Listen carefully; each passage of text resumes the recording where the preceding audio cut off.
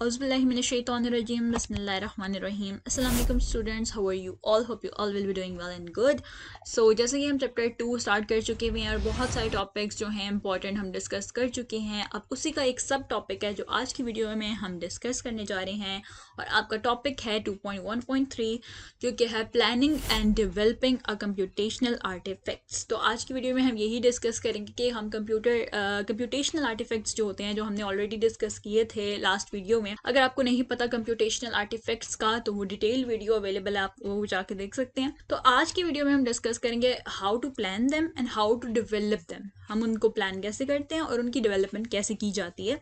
So without wasting over time let's start our video. सबसे पहले planning and developing computational artifact. सबसे पहले हम बात करेंगे steps are use for planning and development of artifact. सबसे पहले अगर आपने अपने आर्टिफैक्ट्स को डेवलप करना है या उनको प्लान करना है तो सबसे पहले आपने क्या करना होता है. छोटी सी जल्दी से आपको ब्रीफली दे थोड़ी सी इंफॉर्मेशन अबाउट द आर्टिफैक्ट्स कि आर्टिफैक्ट्स क्या होते हैं.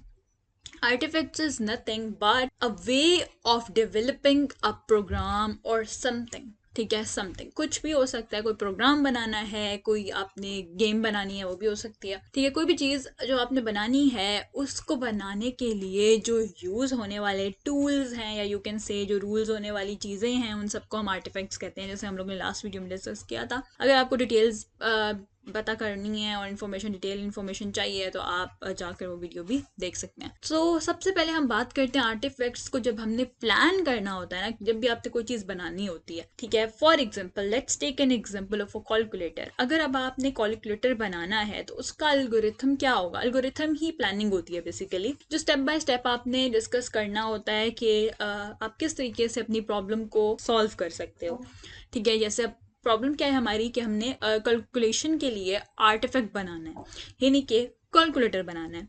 ठीक है, अब कैलकुलेटर बनाने के लिए हमें पता होना चाहिए कि हमारी प्लानिंग कैसे है. सबसे पहले कैलकुलेटर में क्या होना चाहिए. ठीक है, कैलकुलेटर क्या है आपकी जो ऐसी प्रॉब्लम है जो वो सॉल्व कर सकता है. फॉर एग्जांपल वो एडिशन कर सकता है, सब्ट्रैक्शन कर सकता है, डिवीजन एंड मल्टीप्लिकेशन. ये 4 चीज़ें हैं जो हम कैलकुलेटर से करवाना चाहते हैं. नॉर्मल कैलकुलेटर, सिंपल कैलकुलेटर बनाना चाह रहे हैं. ठीक है, ये हो गया हमारी प्रॉब्लम की डेफिनेशन कि ये हमारी प्रॉब्लम है और यही हमने सॉल्व करवानी है. कैलकुलेटर उसके लिए बनाना है. नाउ उसके लिए हमें इनपुट्स क्या चाहिए. इनपुट्स के लिए हमें कौन सी इंफॉर्मेशन उनको देनी पड़ेगी. कैलकुलेटर बनाने के लिए फॉर्मूलाज देने पड़ेंगे, वो हमारे इनपुट में चले जाएंगे. एंड हमारी रिक्वायर्ड आउटपुट क्या है कि वो ये वाली चीज़ें जो भी हम उससे एक्सपेक्ट करते हैं, जो करवाना चाहते हैं. जैसे ये 4 चीज़ें हैं, ऐड कराना चाहते हैं, सब्ट्रैक्ट कराना चाहते हैं, मल्टीप्लाई एंड डिवीजन करवाना चाहते हैं, तो वो सारा कुछ आउटपुट में चला जाएगा. ठीक है, इनपुट्स हम देंगे और आउटपुट में वो हमें ये सारी चीज़ें आउटपुट करके दे. ठीक है, यानी कि रिजल्ट में दे. अब उसको प्लान कैसे किया जाता है. सबसे पहले उसकी आउटलाइन बनाई जाती है. ठीक है, आउटलाइन क्या है. आउटलाइन द लॉजिक में ये होता है. अब मैं आपको ब्रीफली बता रही हूँ. ठीक है, जो डिटेल में इन्फॉर्मेशन मैं भी आपको थोड़ी देर में बताती हूँ. ठीक है, अब सबसे पहले प्लान और अभी हम पहुंचे यहाँ आउटलाइन द लॉजिक. ठीक है, अब जब आपने लॉजिक को आउटलाइन करना होता है ना तो आप उसको छोटे छोटे पैचेस में या छोटे छोटे पार्ट्स में डिवाइड कर देते हो. हमारी प्रॉब्लम क्या है, कैलकुलेटर बनाना. क्या हम डायरेक्ट कैलकुलेटर बनाएंगे.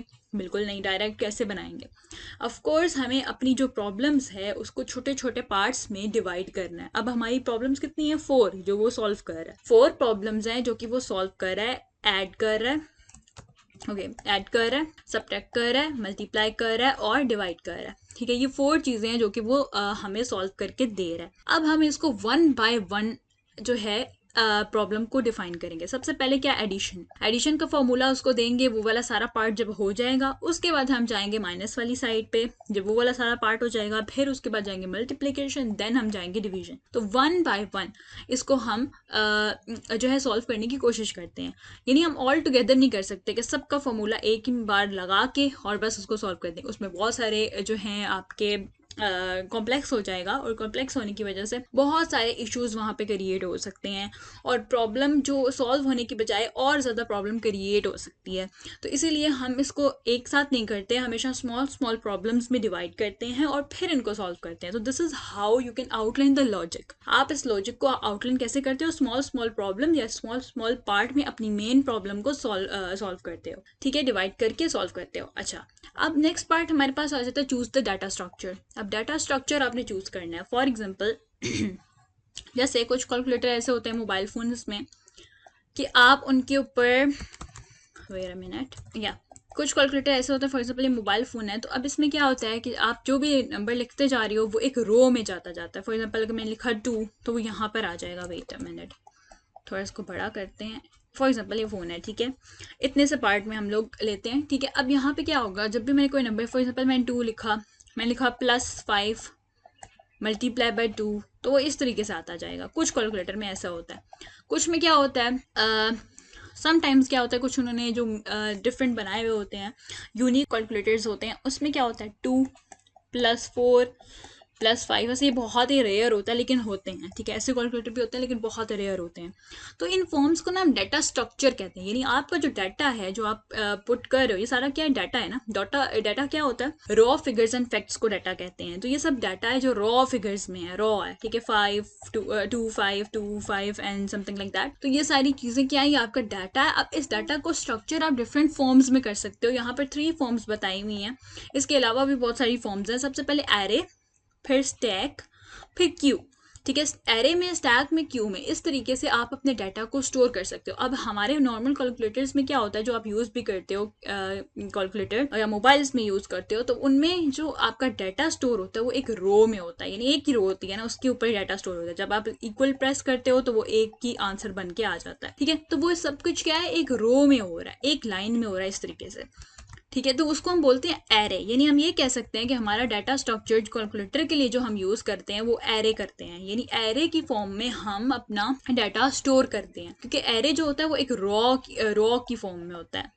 रो जो होती है ना, रो की फॉर्म में होता है। 2 +5 +6 -7 समथिंग लाइक दैट, ठीक है। तो ये सारा क्या है, ये एक रो की फॉर्म में है, ठीक है, ये रो होती है। और कॉलम्स आपको पता है, कॉलम्स जो होते हैं वो एक वर्टिकल फॉर्म में होते हैं, हॉरिजॉन्टल फॉर्म में रो होती है।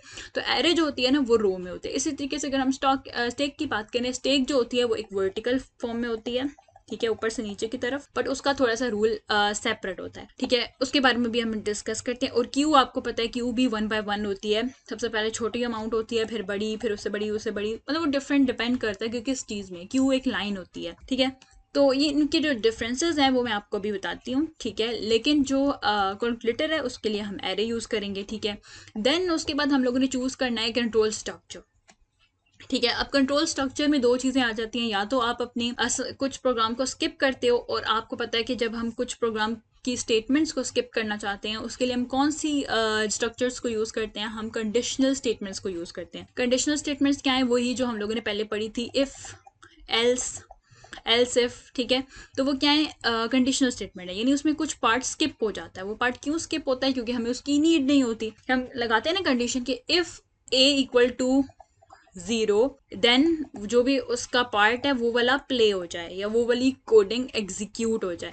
एल्स क्या हो, अगर वो चीज़ फॉल्स है तो वो वाला पार्ट स्किप हो जाए और एल्स वाला पार्ट जो है वो एग्जीक्यूट हो जाए, ठीक है। तो ये होता है एक स्किप वाले पार्ट में जो हम कंडीशनल स्टेटमेंट यूज़ करते हैं। और दूसरी हमारे पास होती हैं लूप्स।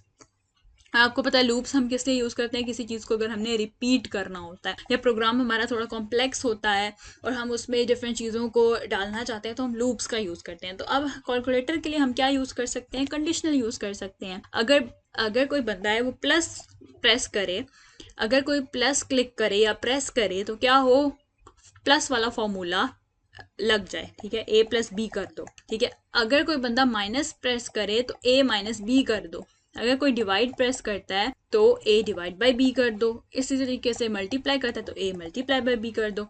तो ये क्या है, ये कंडीशनल है, यानी कि अगर बंदा प्लस को प्रेस करेगा तो बाकी सारे पार्ट स्किप हो जाएंगे और सिर्फ प्लस वाली स्टेटमेंट, एडिशन वाली स्टेटमेंट जो है वो एग्जीक्यूट होगी। इसी तरीके से डिफरेंट सारे फंक्शंस होते हैं, ठीक है। यहाँ तक समझ आ गई। उसके बाद डेवलपमेंट आ जाती है। अब आपने डेवलप करना है चीज़ों को, ठीक है। आपने जैसे भी उसको डेवलपमेंट करनी है, जैसे भी फॉर्म देनी है, डिज़ाइनिंग करनी है, वो सब उसमें आ जाता है। और एंड में आप उसको टेस्ट कर देते हो यूज़ करके।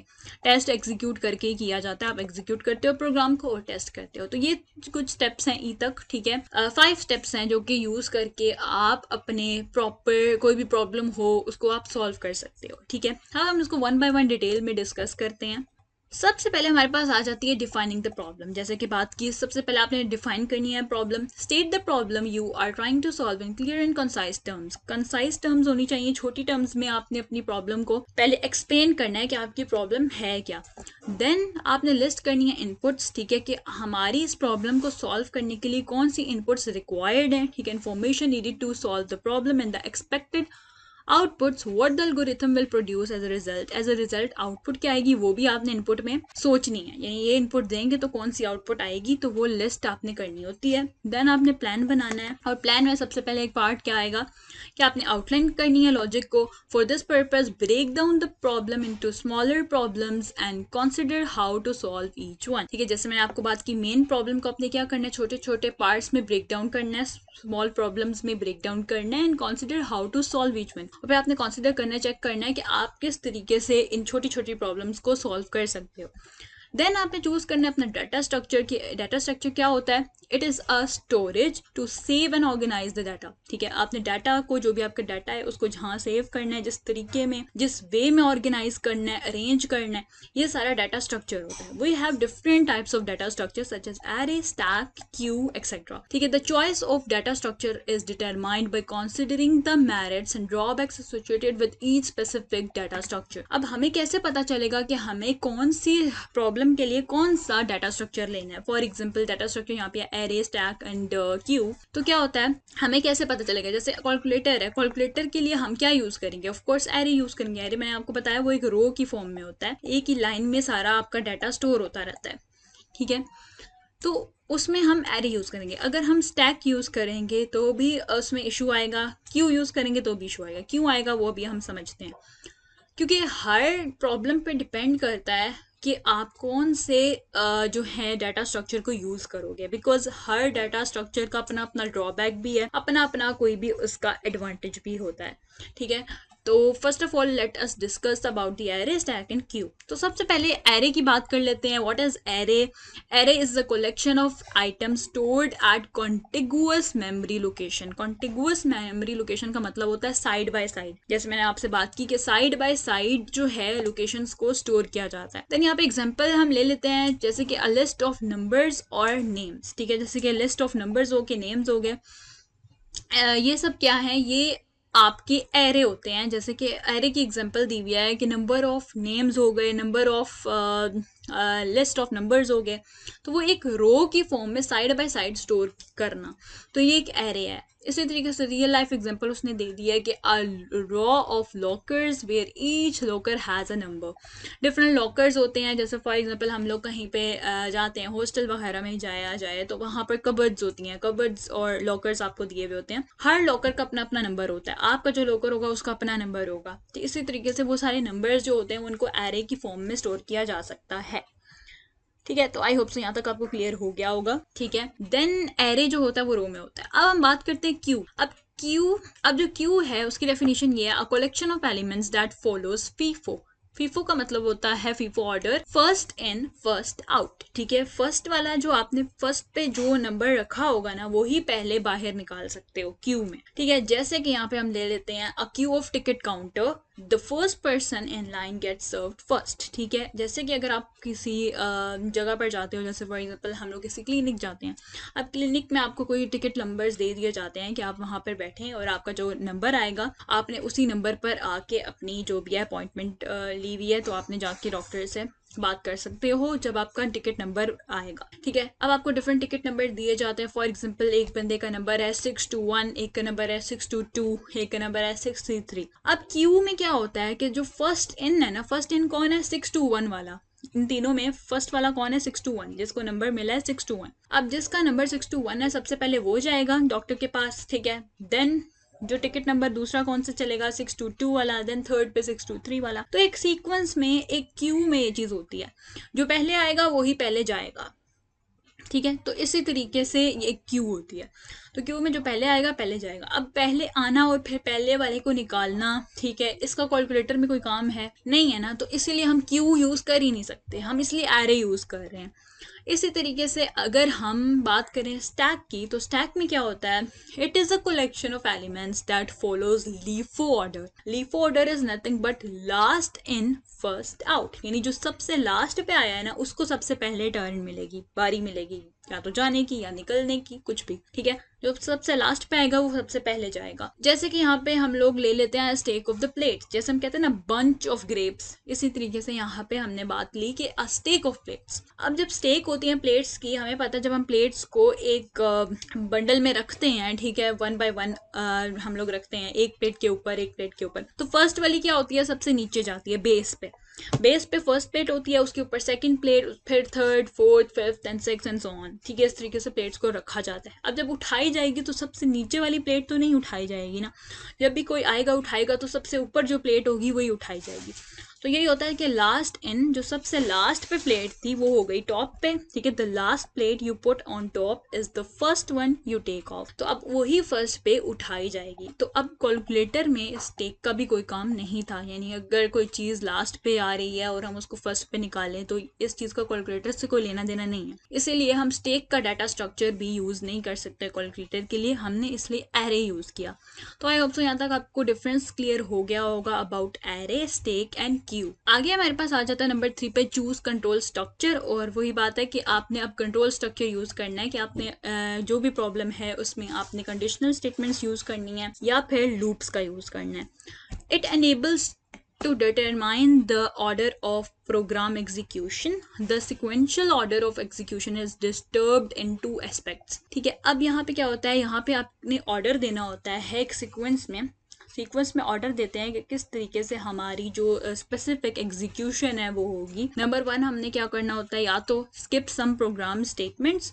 This is usually done with the help of conditional statement, यानी इफ एल्स की कंडीशनल्स वगैरह का यूज करके हम लोग कुछ प्रोग्राम को स्किप करके और जो हमारी रिक्वायर्ड स्टेटमेंट्स होती हैं उनको एग्जीक्यूट करवा सकते हैं. देन हमारे पास आ जाता है repeat one and more program statements. अगर हमने एक से ज़्यादा प्रोग्राम स्टेटमेंट्स को रिपीट करना है, एग्जीक्यूट करना है, तो उसके लिए हम this is done by using loops, ठीक है. हम लूप्स का यूज़ करके इसको कर सकते हैं. और ज़्यादा जो यूज़ होने वाली है वो कौन सी है, control structure are selected that are most appropriate for over solution. तो ये चीज़ सोल्यूशन पे डिपेंड करती है, आप मतलब सोल्यूशन पे डिपेंड करती है, जिसका सोल्यूशन एक्यूरेट हो, जो सोल्यूशन अच्छा दे, आउटपुट अच्छी दे, वो वाली कंट्रोल स्ट्रक्चर को आपने अपने स्पेसिफिक प्रॉब्लम में यूज़ करना होता है. देन उसके बाद हमारे पास आ जाती है डेवलपमेंट. अब आपने डेवलप कैसे करना है कि describe the steps needed to convert और manipulate the inputs to produce the output. State at a high level first and keep refining the steps until they are effectively computable operations.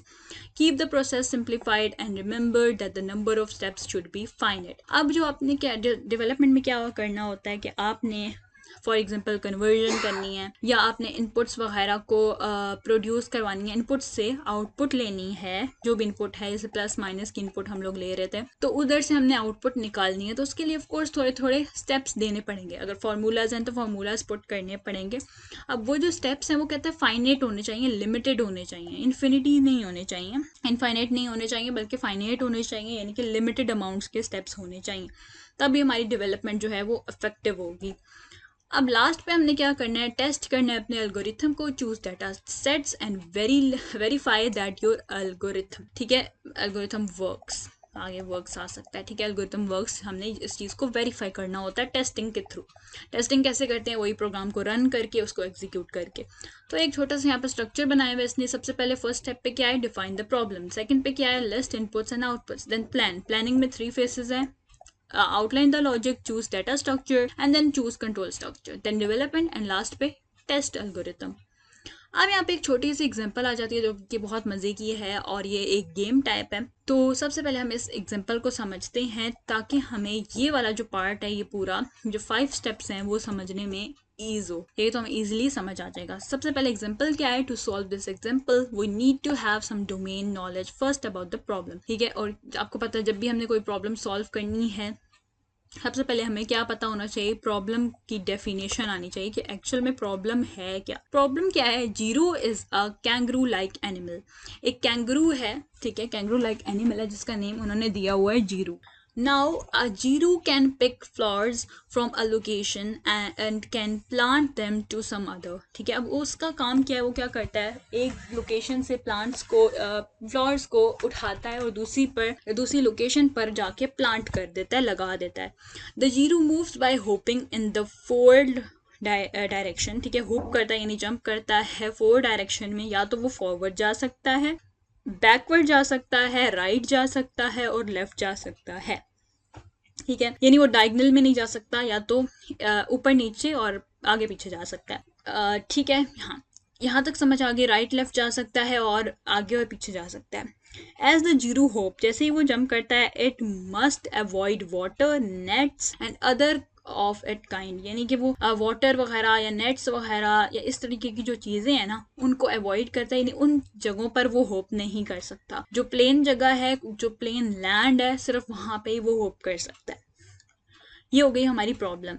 ठीक है, अब problem की definition यहाँ पे उसने दी हुई है. यहाँ पर क्या है कि कॉन्सिडर द गिवन डायग्राम. ये डायग्राम है. ठीक है, where the field is divided into 5x. ये वाली है ए वाली 5x5 मैट्रिक्स में जो है फील्ड को डिवाइड किया है. पूरी फील्ड है, 5x5 की मैट्रिक्स है. इसका मतलब क्या है, ये 5 है, 1 2 3 4 5, 1 2 3 4 5. ठीक है, ये 5x5 है.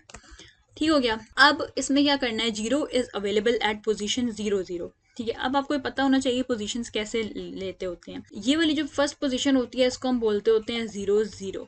ठीक है, और ये पूरी लाइन जो होती है वो 0 की होती है. मतलब कि जो फर्स्ट x है ना, ये आपको पता है x एक्सेस होता है, ये y एक्सेस होता है. x एक्सेस जो है उसका 0 है, y axis can be changeable.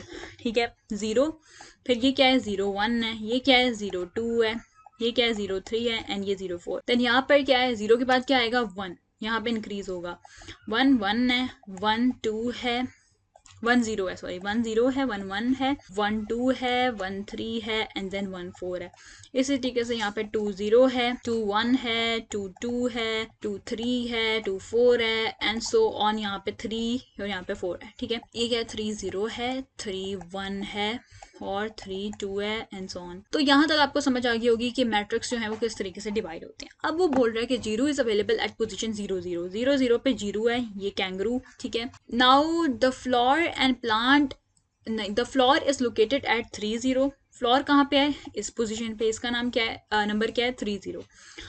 Write an algorithm where the zero picks the flowers and plant it to another location 3 2. अब हमने कहाँ पे प्लांट करवानी है कि वो इस फ्लावर को उठाए, यहाँ से जीरो आए, इस इधर से फ्लावर को उठाए और प्लांट कर दे 3 2 वाली लोकेशन पे. इस लोकेशन पे प्लांट करवाना है. अब ये चीज़ कैसे पॉसिबल है कि वो इधर प्लांट कर दे, वो सारे हम लोग ने स्टेप्स बताने. अभी वो प्रॉब्लम को डिफाइन करे. प्रॉब्लम ये है कि हमने यहाँ से फ्लावर को उठाना है और यहाँ पर प्लांट करवाना है.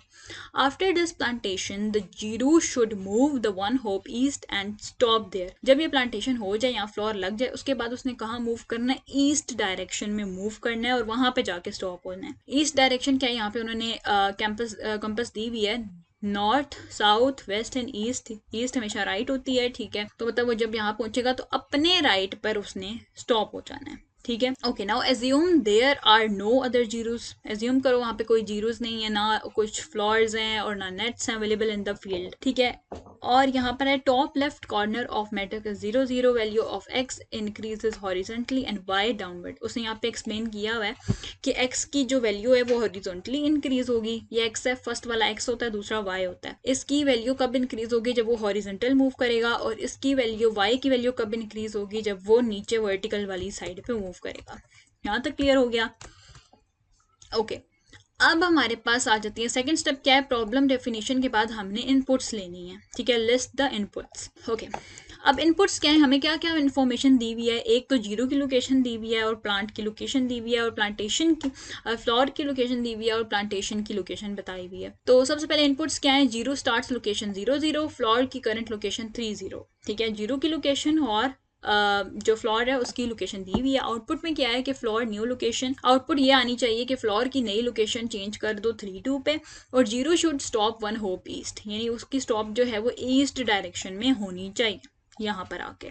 ठीक है, ये हमारा list of inputs and outputs है. फिर हमने प्लानिंग करनी है. प्लानिंग में क्या होता है, हमने पढ़ा था कि हम ब्रेक डाउन करते हैं अपनी प्रॉब्लम को स्मॉल स्मॉल प्रॉब्लम्स. अब प्रॉब्लम को ब्रेक डाउन करते हैं. क्या है, सबसे पहले pick the floor, pick floor, put floor and move east. यहाँ से पिक करो, यहाँ पे पुट करो और ईस्ट पे मूव करो। ये 3 स्टेप्स हैं। डेवलपमेंट क्या है, डेवलपमेंट कैसे होगी, अब हमने बताना है कि करना क्या है। पिक द फ्लोर होप 3, यानी सबसे पहले वो क्या बोलेगा, यहाँ पे आएगा, पिक करेगा फ्लोर को 3 टाइम्स होप करेगा, ठीक है। सबसे पहले हेडिंग है, ये समझ लें, डेवलपमेंट में क्या है, सबसे पहले ये हेडिंग दी हुई है कि पिक फ्लोर। सबसे पहले हमने पिक करना है फ्लोर। अब फ्लोर को पिक करने के लिए, यहाँ तक जाने के लिए उसको कितनी बार होप करना पड़ेगा, उसको 3 टाइम्स होप करना है, 1 2 एंड 3। थर्ड स्टेप पे आके वो फ्लोर तक पहुंच जाएगा और उसको उठा लेगा। तो यहाँ पे इसलिए लिखा हुआ है कि पिक फ्लोर में क्या करना है, hop 3 times, take the floor, ठीक है। इतना हो गया पिक फ्लोर का पार्ट। यहाँ जब ये वाला काम हो जाएगा, होप 3 टाइम्स हो जाएगा और टेक द फ्लोर, वो मतलब कि फ्लोर को ले लेगा हैंड में, ठीक है। तो यहाँ तक जो है 0 पहुंच गया। अब सेकंड स्टेप क्या है, प्लांट द फ्लोर, ठीक है, या पुट द फ्लोर। अब हमने फ्लोर को पुट करना है। पुट करने के लिए हम क्या करेंगे, राइट पे उसको मूव करवाएंगे 1 2, ये 1 है और ये 2 टाइम्स होप करवाएंगे इसको हम राइट डायरेक्शन में। तो पुट फ्लोर में क्या है, टर्न राइट, होप 2 टाइम्स वो होप करेगा राइट, क्योंकि अब 0 की डायरेक्शन क्या है, यहाँ पे 0 की डायरेक्शन राइट इस तरफ है, ठीक है। तो अब 0 का कौन सा पार्ट बनता है, राइट पार्ट बनता है ना उसका, तो इसलिए hope right, turn right and hope 2 times. तो यहाँ तक वो पहुंच जाएगा और पुट कर देगा फ्लोर को। अब क्या है, ईस्ट पे उसने मूव करना है तो लेफ्ट। अब 0 की डायरेक्शन ये हो गई है, तो 0 की राइट है या लेफ्ट है, 0 वाली साइड से अगर देखा जाए तो ये पार्ट लेफ्ट बनता है, तो लेफ्ट में उसको एक बार टर्न करवा के होप करवा देना 1 टाइम, ठीक है। तो ये क्या है, प्लांट द फ्लोर, वो हो गया पिछला पार्ट, ठीक है। अब मूव ईस्ट, मूव ईस्ट के लिए क्या करेंगे, turn left and hope 1 time. तो आई होप सो यहाँ तक आपको डेवलपमेंट फेज क्लियर हो गया होगा। देन आफ्टर वो इसकी एक्सप्लेनेशन ही दे रहा है कि after the development of the algorithm try to refine it by asking yourself the following question. अब जब आप डेवलप कर लेते हो ना अपने एल्गोरिथम को, तो आपने खुद से क्वेश्चन करने हैं कि does the develop algorithm solve some specific problem और could it may be generalized, ठीक है। और मतलब आपने ये बताना है कि आपकी जो प्रॉब्लम है वो एक स्पेसिफिक प्रॉब्लम जो थी, जो हमारी क्या प्रॉब्लम थी कि हमने 0 से फ्लोर उठा के यहाँ प्लांट करवाना है और उसको यहाँ पर पहुंचाना है, जो ये वाला पार्ट, ये फिनिश पार्ट है, ठीक है। यहाँ से आया उसने फ्लोर, यहाँ प्लांट किया और खुद यहाँ ईस्ट पे खड़ा हो गया, ठीक है। अब ये चीज हमारी क्या क्लियर हो गई है, यस इस फेस में हो गई है, ठीक है। तो ये क्वेश्चन आपने खुद से करने होते हैं और ये देखना होता है क्या ये जनरलाइज्ड है यानी जनरल है। जैसे यहाँ पे उसने ना एक और एग्जांपल दी हुई है कि अगर एल्गोरिथम हो that finds the area of circle having radius of 3 metres. Area का जब हमने सर्कल का एरिया निकालना होता है तो एरिया का फॉर्मूला क्या होता है, पाई आर स्क्वायर, ठीक है। एरिया का फॉर्मूला होता है, आर क्या है, रेडियस। रेडियस को जब हम स्क्वायर लेते हैं और पाई की वैल्यू के साथ मल्टीप्लाई करते हैं तो हमारे पास सर्कल का एरिया आ जाता है। तो अब ये स्पेसिफिक प्रॉब्लम है जो कि सॉल्व हो सकती है, एरिया का मतलब सर्कल का एरिया आ सकता है, but it could be made generalise by using the formula. और जनरलाइज भी हो सकती है। जनरलाइज का मतलब होता है कि यानी स्पेसिफिक के अलावा कहीं और भी हम इस चीज को यूज कर सकते हैं अगर हम फॉर्मूला ये वाला यूज करें, ठीक है। तो आई होप सो यहाँ तक आपको क्लियर हो गया होगा, यानी ये जनरलाइज किया जा सकता है इसको। Then can the develop algorithm be made simplified, क्या हम इस एल्गोरिथम को और सिंप्लीफाई कर सकते हैं। फॉर एग्जांपल यहाँ पे उसने एग्जांपल दे दिया है जैसे calculating perimeter of the square. अब आपको पता है जब हमने कैलकुलेटर का तब कैलकुलेट करना होता है स्क्वायर का पेरीमीटर, तो पेरीमीटर क्या होता है, सारी साइड्स का सम होता है, ठीक है। सम ऑफ 4 साइड्स होता है। अब बजाय इसके कि हम सब साइड्स का सम करें, जैसे ये है side plus side plus side plus side, ये करें, क्योंकि हमें पता है स्क्वायर की सारी साइड्स इक्वल होती हैं, तो हम सिंपल क्या कर सकते हैं, 4 टाइम्स को मल्टीप्लाई करवा सकते हैं एक साइड से। एक साइड का जो भी उसने वैल्यू दी हुई है, लेंथ वगैरह बताई हुई है, तो हम क्या करेंगे, उसको मल्टीप्लाई बाय 4 कर देंगे, हमारे पास पेरीमीटर आ जाएगा। तो ये एक सिंप्लीफाइड फॉर्म होती है। तो ये भी हम देख सकते होते हैं कि हम क्या हमारी जो प्रॉब्लम है उसको हम मजीद सिंप्लीफाई कर सकते हैं। अगर कर सकते हैं तो हम उस वे में उसको सॉल्व करने की कोशिश करते हैं। तो आई होप सो यहाँ तक आपको क्लियर हो गया होगा कि हम आर्टिफैक्ट्स को ना प्लान और डेवलप कैसे करते हैं। तो ये हमारा एक कंप्यूटेशनल आर्टिफैक्ट डेवलप हो गया। डिजाइनिंग की, इनपुट्स ली, प्लान किया, उसको किस तरीके से करना है डेवलप किया और एंड में टेस्ट कर लिया, ठीक है। आई होप सो आपको क्लियर हो गया होगा planning and developing of computational artifacts, हम किस तरीके से प्लान करते हैं, किस तरीके से डेवलप करते हैं। अगर आपका कोई भी क्वेश्चन है और आपको चीज़ समझ नहीं आई तो कमेंट सेक्शन में अपना क्वेश्चंस आप प्लेस कर सकते हैं। और साथ में अगर आप लोगों को फीडबैक देना है और अगर आपको कोई चीज़ बहुत अच्छी लगी है और आपने कोई चीज़ ऐड करनी है, कोई पार्ट आप ऐड करना चाहते हैं, तो आप ऐड भी कर सकते हैं कमेंट सेक्शन में। हम आपके जो कमेंट्स हैं वो पढ़ते होते हैं। और रिप्लाई देने की भी पूरी कोशिश होती है। ठीक है, तो आप चैनल के साथ जुड़े रहें। वीडियो अच्छी लगी है वीडियो को लाइक कर दें, चैनल को सब्सक्राइब कर लें ताकि आपको आने वाली लेटेस्ट वीडियो साथ साथ मिलती रहें। अपना बहुत ज़्यादा ख्याल रखें, अल्लाह ताला आपको बहुत ज़्यादा कामयाब करे। आपसे भी मुलाकात होगी इंशाल्लाह नेक्स्ट वीडियो में, तब तक के लिए अल्लाह हाफ़िज़।